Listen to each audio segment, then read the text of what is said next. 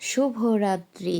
সবাই কেমন আছেন? যে যেখানে আছেন আশা করি সবাই ভালো আছেন। নতুন বছর, নতুন মাস, নতুন দিন। যতই ক্লান্তি থাকুক, যতই কষ্ট থাকুক, যতই দুঃখ যাক সব কিছু বিদায় জানিয়ে দেন। সবাই ভালো থাকেন এবং শুরু করেন নতুন বছরটা খুব ভালোভাবে। সেই প্রত্যাশাই করতেছি। স সবার জন্য শুভ কামনা আর দোয়া। নতুন বছরে খেলা শুরু হয়েছে স্কুলে এবং এই আমার অ্যাজ ইউজুয়াল খেলা অনেক পছন্দ। সো আমি এই খেলাতে খুব বেশি মনোযোগী থাকি, অ্যাক্টিভ থাকি, চেষ্টা করি আর কি থাকার। তো এইটা ছিল ছোটদের মোরগ লড়াই এবং যদিও স্কুলের ইউনিফর্ম এখনও সব বাচ্চারা কমপ্লিট না, তার কারণ হচ্ছে নতুন বাচ্চারা যারা অ্যাডমিশন নিয়েছেন তারা ইউনিফর্ম বানাতে দিয়েছেন, পুরানো বাচ্চারা অনেকগুলো বেড়ে গেছে ওদের এই জন্য জানুয়ারি ফেব্রুয়ারিতে ইউনিফর্মটা একটু সমস্যা হবে, যেহেতু এটা প্রত্যন্ত একটা গ্রাম অঞ্চল।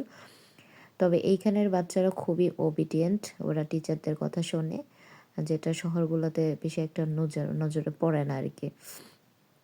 সো আমরা হচ্ছে বাছাই পর্ব চালাচ্ছি, মানে এখান থেকে প্রতি খেলাতে 10 জন করে বাছাই করে নেওয়া হবে সদস্য এবং এই 10 জন ফাইনালে খেলবে এবং সেখান থেকে ফার্স্ট সেকেন্ড থার্ড নেওয়া হবে। সো ওরা খেলছে, সাথে আমরা টিচাররাও খেলতেছি, মানে আমাদের এত মজা লাগতেছে। আমরা প্রত্যেকটা টিচার এই খেলাটা খুব, মানে এই খেলাটা না, প্রত্যেকটা খেলা এনজয় করেছি। বিস্কিট দৌড় হোক, আইদার এটা চেয়ার খেলা হোক, আইদার এটা মার্বেল দৌড় হোক, হোয়াট এভার ইট ইজ, আমরা মজা করেছি। এবং এইখানে দড়ি লাফের দৃশ্যগুলো ধারণ করা হয়নি, দড়ি লাফ খেলা হয়েছে। অনেক প্রকারের খেলা আছে এবং ফাইনালে টিচারদেরও খেলা আছে। আশা করতেছি আমিও পার্টিসিপেট করবো অ্যাজ ইউজুয়াল, বাট আমি স্কুল লাইফে, কলেজ লাইফে খেলা দেই নেই অত বেশি। যদিও বাড়িতে অনেক খেলা খেলতাম, আমি এমন কোনো খেলা নেই যে আমি খেলি নাই। ক্রিকেট, ফুটবল এগুলোও খেলছি। বাট আমার স্কুলে আমি একটু লাজুক প্রকৃতির ছিলাম, এই জন্য স্কুলে খেলা দিতাম না আর কি। তবে আমার বড় আপু খেলা দিয়ে অনেক প্রাইজ এনেছে। সে জেলা থানা পর্যায়ে যেয়ে খেলা দিয়েছে এবং আমার ছোট ভাই দিয়েছে। কিন্তু আমার মনে পড়ছে না আমার বড় ভাই কি কোনো খেলা এরকম কিছু আমি শুনিনি এখনো। আমি মনে হয় আমার বড় ভাইয়ের মতোই হইছি। কিন্তু সব ক্ষেত্রে না। আমার বড় ভাই খুব সফট স্পোকার আর আমি হচ্ছি খুব লাউড স্পিকার। সেটা আর বলে লাভ নাই। যাই হোক, জীবনের একেক পর্যায়ে এখন আমরা একেক জায়গায় আছি। আলহামদুলিল্লাহ, সবাই দোয়া করবেন আমাদের জন্য। আর এই যে বাচ্চাগুলো দেখেন ওরা কত মজা করতেছে। যে স্কুলগুলোতে খেলা হয় না, আমার খুব কষ্ট হয় সেই স্কুলের বাচ্চাদের জন্য। বছরে একবারই খেলা, পিকনিক, বনভোজন এইগুলো হয়। বাচ্চাদের আনন্দের মাধ্যম ওরা এইগুলোর আশায় থাকে। ওরা ওদের নাতি-নাতনি থেকে এবং ফিউচার জেনারেশনকে কি বলবে ভাই? যদি আপনি এই খেলাধুলা আর বনভোজন না রাখেন একটা স্কুলে, তারা কি বলবে? কি বলবে? ওদের স্মৃতি মেমোরি কি মনে করবে? ওদেরকে কিছু মেমোরি দেন, স্মৃতি দেন, অভিজ্ঞতা দেন। এইখানে হচ্ছে যে স্যার মানে মিউজিক দিচ্ছিল রাকিব স্যার, স্যারের মানে উপরে চাদর দিয়ে ঢাকা দেওয়া হয়েছিল যাতে স্যার দেখতে না পায় কখন তিনি মিউজিক অফ করে। এই যে এইখানে, আচ্ছা। আর এই যে সরি, দড়িলাফও ছোটদের দড়িলাফ ক্যামেরা বন্দী হয়েছিল। মাঝখানে আমাদের প্রিন্সিপাল আছেন জনাব সিরাজুল ইসলাম এবং স্যারও, মানে খেলা যেদিন বাছাই পর্ব ছিল সকাল থেকে খেলা শেষ পর্যন্ত ছিলেন স্কুলে। সো অনেক গার্ডিয়ানরাও বসে বসে খেলা দেখছিলেন। আর সবচেয়ে মজার বিষয়, প্লে নার্সারির বাচ্চারাও খেলা দিয়েছে এবং ওরা ছিল।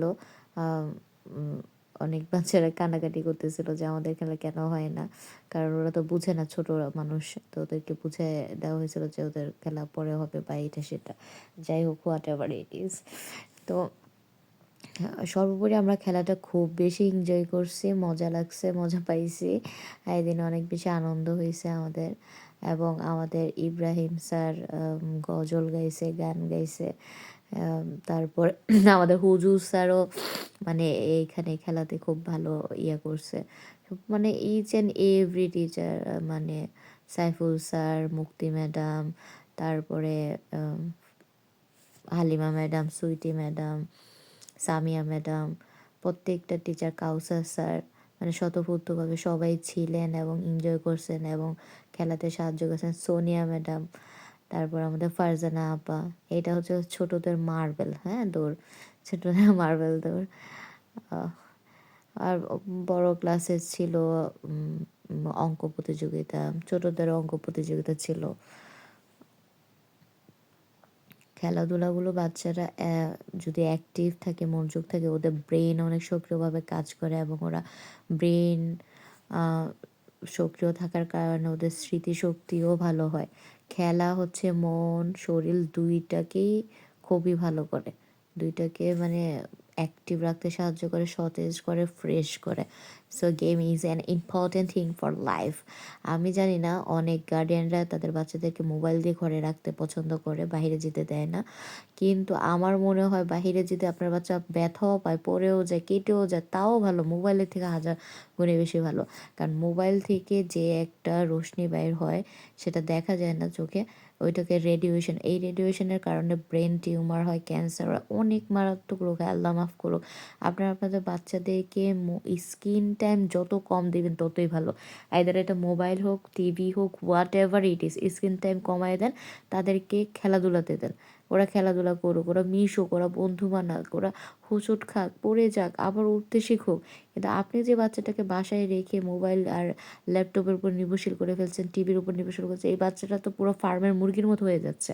দেশি মুরগির মতো ওদেরকে ছাড়েন, ওদের হাসুক, ওরা প্রাণ খুলে দৌড়াক, ওরা উড়ুক, ওরা যা খুশি তাই করুক, ওদেরকে করতে দেন প্লিজ।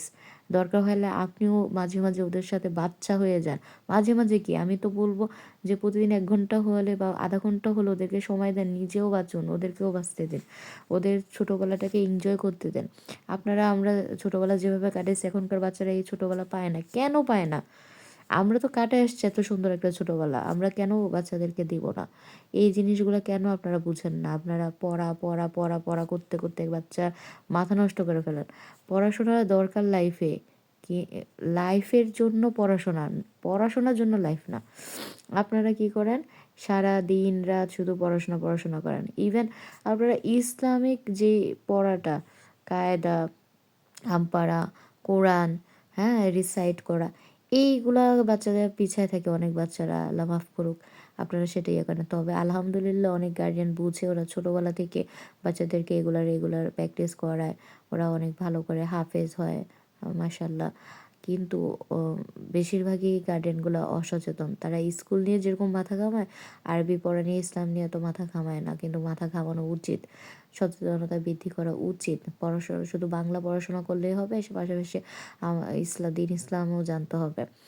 এবং আপনারা মনোযোগী হন, আপনার সন্তান কার সাথে মিশতেছে। বড় যে গার্ডেনরা আছেন, 9, 10, 8, 7 যে বাচ্চারা পড়ে, কোথায় আড্ডা দিচ্ছে, কোথায় বাইরে সময় কাটছে, বিশেষ করে ছেলে সন্তানটা, মেয়ে সন্তানের প্রতিও বিশেষ নজর রাখেন যে সে কার সাথে মিশতেছে।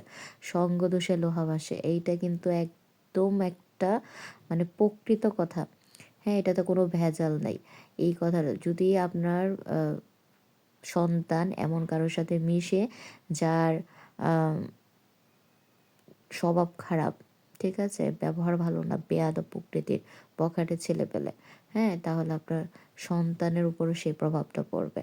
সো আগে থেকেই সন্তানকে সচেতন করুন, নিজে সচেতন হন এবং সব কিছু গুছিয়ে দেন। মনে রাখবেন, আপনার সন্তানের এখন আবেগের বয়স, এই সময় যদি সে একটা ভুল করে, সারা জীবন আপনিও কাঁদবেন, আপনার সন্তানও কাঁদবেন। এগুলো না করে প্লিজ বাচ্চাদের প্রতি সচেতন হন, সচেতন হন, সচেতন হন। বাচ্চাদের প্রতি বেশি বেশি করে সচেতন হন এবং তাদেরকে পড়াশোনাও ইন্সপায়ারেশন দেন বেশি বেশি করে। ওরা পড়াশোনা যেন আনন্দের সাথে পড়ে, না ম্যান্ডেটরি হিসাবে বানাই দিয়েন না যে পড়াশোনা আনন্দের সাথে না, একঘেয়েমির সাথে পড়বে, একঘেয়েমির সাথে না করে যেন তারা আনন্দের সাথে পড়াশোনা করে। আনন্দের সাথে পড়াশোনা হোক সবার, প্রত্যেকের, প্রতিটি ঘরের প্রতিটি সন্তানই হচ্ছে এক একটা ভবিষ্যৎ, এক একটা ঘর, এক একটা সমাজ। কারণ আপনার আজকের সন্তানই ভবিষ্যতে গিয়ে একটা পরিবারের কর্তা হবে বা কর্ত্রী হবে এবং সেই একটা পরিবার মেনটেন করবে। তাকে আপনি সঠিক পরিবার ব্যবস্থাপনা শেখান, তাহলে দেখবেন সে পরিবার মেনটেন করে, সমাজ সুন্দর করে, দেশের জন্য কল্যাণ করে নিচ্ছে। শুধু দেশের জন্য আলাদাভাবে কাজ করতে হয় তাই না, নিজের পরিবার সমাজকে যদি সুন্দরভাবে গড়ে তুলতে পারে, তাহলে সেইটাই দেশের জন্য কাজ হয়ে যায়। কারণ আপনার পরিবার যখন দেশের জন্য, দেশের আইন, দেশের নিয়ম শৃঙ্খলা এবং দেশকে সুন্দর রাখার জন্য একটা ভালোভাবে জীবন ব্যবস্থা গড়ে তোলে, তাহলে এটা অবশ্যই দেশের জন্য সেবা করা।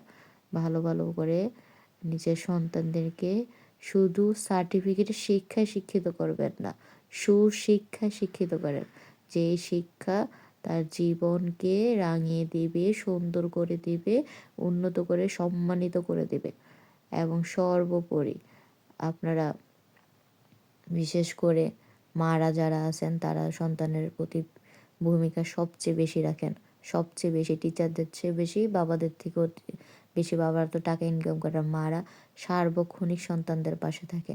মাদেরকে আর আমি বলবো আরও বেশি সচেতন হন। আপনাদের সচেতনতা আপনার সন্তানের ভবিষ্যৎ সুন্দর রঙিন করে দিতে পারে এবং আপনার একটা সন্তানের ভবিষ্যৎ সুন্দর হওয়া মানে আপনার ভবিষ্যতও আপনার মানে তৃপ্তির হাসি হাসা, সাফল্যের হাসি আপনি হাসবেন দিন শেষে।